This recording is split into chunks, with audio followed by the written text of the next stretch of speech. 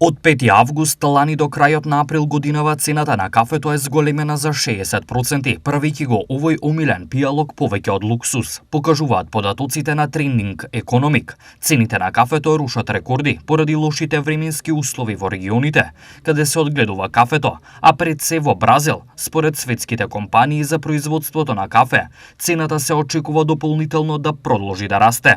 Високите цени можат да ги спречат само во Бразил и Виетнам, да имаат добар принос и цените да не растат кога се зголемува побарувачката.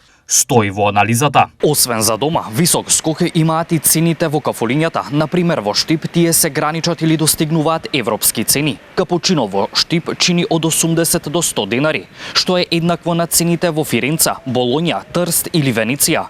Добро капучино за 90 денари може да се испие и во Солун, со поглед на море, но ние овде плаќаме необјасниво високи цени. Ма дали кафето е поскапено? Да, те сега купи јас. Многу е поскапено.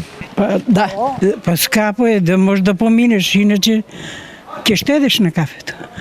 Ќе измиеш филжано, ќе собереш кафето и така. Па скапо е, како не е скапо. Поскапено. Сепак, ова не е најлошото, бидејќи според експертите, цените на кафето се очекува да растат уште најмалку 6 месеци. Ова значи дека повисоките цени се на пат и прашање на време, кога наместо сегашните 100 за капучино ќе мора да се доплатат уште повеќе. За колку проценти треба кафето да е поевтино кај нас според нашите стандарди? Во нашите стандарди 70-80 динара толку. Сега колку да кошта, або испод 100 динара треба да биде. А сега, кај чуја го од 130, 300, 150 кусурите. Па најмалку за 30%. Па 5-10 нека го намалат. Поготово Неста кафе е 400 и кусур. Многу е скап. Помалку да биде поевтино за да купуват луѓето, иначе некои не можат ни да купат. Кај нашиот стандард како што сме 50 до 60% треба да се намали.